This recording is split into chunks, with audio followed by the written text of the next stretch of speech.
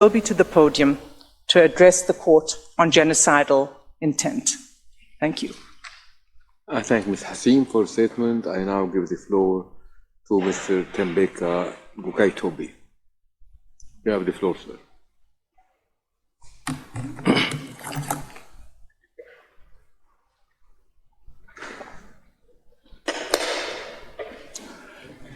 Mr. President and members of the court, it is a privilege to appear on behalf of South Africa.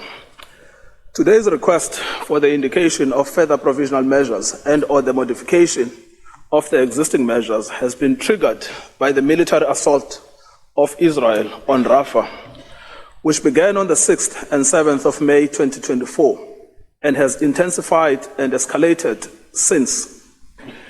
As shown by Mr. Du Plessis and Ms. Hassim, the military attack is genocidal in its pattern. I shall demonstrate that it is also consistent with the explicit, stated, and continuing genocidal intent of the State of Israel. Firstly, to the knowledge of Israel, Rafah is the last refuge of Gaza, the only remaining area in the Gaza Strip which has not been substantially destroyed by Israel, the only area that can host displaced people, the only remaining center of humanitarian aid, and the host to one of the few remaining large hospitals across the entirety of Gaza. Rafah is the last stage of the total annihilation of Palestinian life. Without Rafah, the possibility to rebuild and reconstruct Palestinian life will be lost forever. For Palestinians to continue to exist as a protected group under the Genocide Convention, they need a place from which to rebuild. As we stand here today, Rafah is that place, the last stand. Secondly, Israel also knows of explicit warnings about the genocidal consequences of an attack in Rafah. On 6 May 2024, the Director General of the World Health Organization warned that a full military incursion into Rafah will plunge the crisis into unprecedented levels of humanitarian need. On 8 May 2024, 2 days after the military attack had begun, he stressed that one of the 3 hospitals in Rafah, Al-Najjar, was no longer functioning due to the ongoing hostilities in its vicinity and the military operation in Rafah. Since the border was closed, the United Nations was prevented from bringing fuel, without which all humanitarian operations would stop. Martin Griffiths, the United Nations Relief Chief, has rung alarm bells. He has warned that the simplest truth is that a ground operation in Rafah will be nothing short of a tragedy beyond words. No humanitarian plan can counter that. The rest is detail. Palestinians do not need any more diplomatic gesturing, no more abstract words, no more virtuous condemnations and denunciations of Israel's actions. There is no more time to spare. It is simply now or never. Israel has knowledge of the pronouncements I have cited above. After all, each of them was made publicly. Thirdly, the State of Israel knows of the decisions of this court, which bear on it as a state party to the Genocide Convention directly and require of it to respect its obligations under the convention and the moral and legal authority of this court. The decision of this court on 26 January 2024 noted that the civilian population in the Gaza Strip is extremely vulnerable and that the catastrophic humanitarian situation in the Gaza Strip is at serious risk of deteriorating further before this court renders its final judgment. Bearing this in mind, the court recognized that the military operation conducted by Israel after 7 October 2023 has resulted inter alia in tens of thousands of deaths and injuries and the destruction of homes, schools, medical facilities, and other vital infrastructure, as well as displacement on a massive scale. In light of this situation, Israel was ordered to ensure with immediate effect that its military does not commit any acts that fall within Article 2 of the Genocide Convention. One of the measures indicated expressly required of Israel to take all measures within its power to prevent and punish the direct and public incitement to commit genocide in relation to members of the Palestinian group in the Gaza Strip. In the decision of 16 February 2024, this court was compelled to demand that Israel immediately and effectively implements the court's order of 26 January 2024. This court cautioned that the most recent developments in the Gaza Strip and in Rafah in particular would exponentially increase what is already a humanitarian nightmare with untold regional consequences. In the order of 28 March 2024, this court observed with regret the existence of exceptionally grave circumstances since its order of 26 January 2024 and its decision of 16 February 2024, that the catastrophic living conditions of the Palestinians in the Gaza Strip had deteriorated further, in particular in view of the prolonged and widespread deprivation of food and other basic necessities to which the Palestinians in the Gaza Strip have been subjected. The court issued its orders clearly highlighting the worsening conditions of life faced by Palestinians in Gaza. Israel was ordered to ensure with immediate effect that its military, through any action, does not commit acts which violate the rights of Palestinians under the Genocide Convention. So far, Mr. President, what I have said is not inference, not imputation. It is direct knowledge which bears on the state of Israel, its political leaders, and the members of its army. They know about Rafah and its centrality to the sustenance of Palestinian life at the present moment. They know the views of the organs of the United Nations about the consequences of a military attack on Rafah. They know what this court has ordered on each of the 3 occasions I have referenced. Yet, Israel's leaders have continued to incite genocide and to express their own genocidal intent. In doing so, not only has Israel ignored its obligations as a state party to the Genocide Convention, it has also treated this court with contempt and threatened the rule of law. Let me demonstrate this. Members of the Israeli Ministerial Committee on National Security Affairs and the War Cabinet have simply continued with incitement to genocide.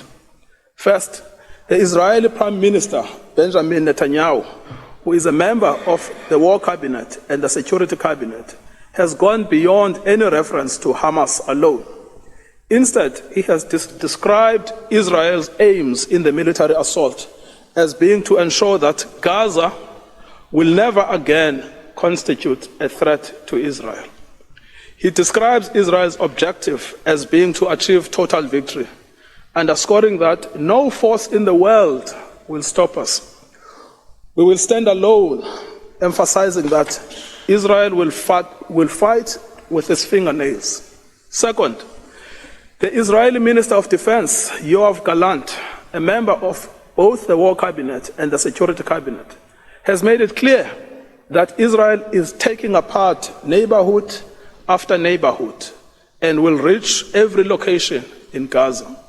Third, the Israeli Minister of Finance, Bezalel Smotrich, a member of the Security Cabinet, has asserted in terms, there are no half measures. Rafah, Deir al-Balah, Nusrat, total annihilation. He goes on to say, we are negotiating with the ones that should not have existed for a long time. For Israeli members of cabinet, it is as if there is no court order which binds them. They are not the only ones, regrettably. In an interview broadcast on Israeli television on 3 May 2024, the vice chair of the international arm of the Likud party, the party to which the Israeli prime minister belongs, stated, I think we needed to invade Rafah yesterday to go in and to get them. There are no uninvolved. We need to go in and kill and kill and kill. We need to kill them before they kill us. Taking their cue from the politicians, the Israeli army officials have followed suit in entrenching the incitement to genocide and showing their contempt for this court. The Israeli Army Chief of Staff, Lieutenant General Herzi Halevi, stated following the Israeli Army siege and destruction of Al-Shifa Hospital in March 2024, here is the realization of an impressive strategy. There is a very, very important message here. A hospital is not a safe place. He described the operation as a very high achievement. That is notwithstanding eyewitness reports of hundreds of civilians having been killed by Israeli troops in the hospital, including patients shot dead in their hospital beds. Mass graves and hundreds of Palestinian bodies were found following the withdrawal of the Israeli army from Al-Shifa Hospital, including bodies with cannulas in their arms, some with their limbs tied. Brigadier General David Bar Khalifa, commander of the 36th Armored Division of the Israeli Army, issued a letter to Israeli soldiers about to deploy in Gaza, exhorting them to continue the killing of Palestinians. What has been will be no more. We shall go out to it in war. We shall pulverize every accursed plot of land from which it came. We shall destroy it and the memory of it. Brigadier Khalifa has faced no investigations, nor has he been relieved of his command. This is despite the explicit order of this court for investigations into cases of incitement to genocide. Brigadier Khalifa was in fact promoted to the rank of major and the head of the Israeli Army Personnel Division. Similarly, when 130 senior officers in the Israeli army penned a letter calling on Israel's war cabinet to not allow humanitarian supplies and the operation of hospitals in Gaza, they were not charged with incitement or prosecuted. One of the officers would later be named as involved in the killing of World Central Kitchen workers. Genocidal rhetoric is not punished, but rewarded by the Israeli government. On 6 March 2024, reservist First Sergeant Yashin, a veteran from the April 1948 Deir Yassin massacre of at least 250 Palestinians, was rewarded with a certificate of thanks and commemoration by the Israeli president for his motivational speeches he gave to Israeli soldiers as they prepared for the ground invasion of Gaza in October 2023. In at least one of those speeches, he had said, "Erase the memory of them, erase them, their families, mothers, and children. These animals can no longer live." In his speech at the award ceremony, Israeli President Herzog told the senior reservists, including Ezra Yachin, that you have been a tremendous personal example for generations of Israel's citizens and the whole world. And I want to, on behalf of all the Israeli people, to say to you, thank you. In their destruction of Rafah, Israeli soldiers deployed to Gaza continue to invoke the Prime Minister's speeches, which are themselves genocidal. In case what I've said is not clear enough, let us hear them in their own words.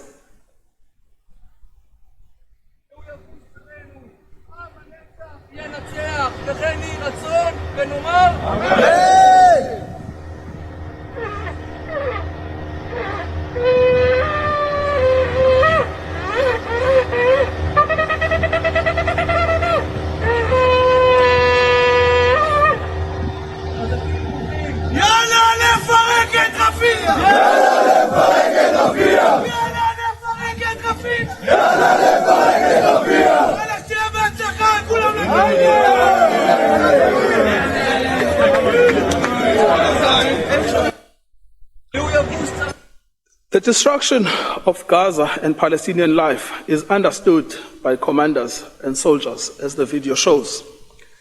An Israeli soldier from the 9203 Battalion commented as follows on photographs and footage he posted online of Palestinian homes and neighborhoods in Khan Yunis completely destroyed by the Israeli army. This year, we were honored to fulfill the command of the annihilation of Amalek, and may we finish the job. Such language continues to be widespread alongside calls by Israeli soldiers on the ground to conquer Gaza, to flatten Gaza, to erase Gaza, to destroy Gaza, and after that, Ramallah also. Israeli soldiers serving in Gaza continue to openly call for the deaths to Arabs, declaring, "May you burn alive," that Gaza is burning, that we will burn your mother, and that all of Sajaiya will burn in flames. The aims of Israel is to do no less than what its own Minister of Finance has stated. That is to ensure the total annihilation of Palestinians that will erase the memory of Amalek. He has also called for Rafah to be completely conquered, and the sooner, the better. Israel's genocidal intent continues to receive support and endorsement at the Knesset. As Tali Gottlieb, a member of the Knesset and the Prime Minister's party, has stated, to attack Rafah as we attacked in the Northern Strip, unlike the responder, intentionally, not specifically addressing, but rather the entire Rafah system, to attack mercilessly from the air, instead of turning an eye to the Hague Court, turn an eye to the people of Israel. Public statements such as this show that even members of the Israeli parliament are fully aware of the orders of this court, but have continued to openly incite genocide without censure. Such sentiments are also widely expressed across Israeli society. Many Israelis, including Israelis living in illegal settlements in the West Bank, have actioned statements by government officials calling for the denial of aid to Gaza by destroying food aid on its way, including setting trucks on fire, putting sugar in tanks, and destroying the food itself. Israeli public officials, including singers inciting to genocide in Gaza, have had their incitement rewarded. One singer who popularized and adapted to Israel's current military operations in Gaza the racist Israel football chant, "May your village burn," changed it to "May Gaza be erased," and singing it to Israeli soldiers in live performances was presented with a certificate of appreciation for his work for the IDF soldiers during the war by the Deputy Speaker of Knesset, hosted by Israel's Minister of Social Equality and the Advancement of Women. Another singer referenced by South Africa before this court in the January 2024 application for his call to erase Gaza and not to leave a single person there has similarly been rewarded. Both were brought to the attention of Israeli authorities in South Africa's application and pleadings before this court. Neither of them, nor any of the other Israeli officials and civilians inciting to genocide against the Palestinians have been prosecuted, much less punished. The genocidal acts described in South Africa's application were foreseen and foreseeable from the onset. Israel's intent was always to destroy Palestinian life and to wipe them off the face of the earth. Rafah is the final stand. Without Rafah, there is no more Palestinian life in Gaza to speak of, no more Palestinian identity, and no possibility of reconstruction. Mr. President, the rule of law can only survive through the orders of this court. If the rule of law is to have any meaning, let it be today and with this case. It is no longer enough to order unhindered access to humanitarian aid when it is in fact the military operation in Gaza that is preventing it. It is no longer enough to encourage compliance with the peremptory precepts of the Genocide Convention when Israel's deliberate contempt for the international rule of law has been so plain and so public. Mr. President, it is now my honor to call upon Ms. Blene Niglori to address the courts on the remedies we ask for and why this can and should grant the order.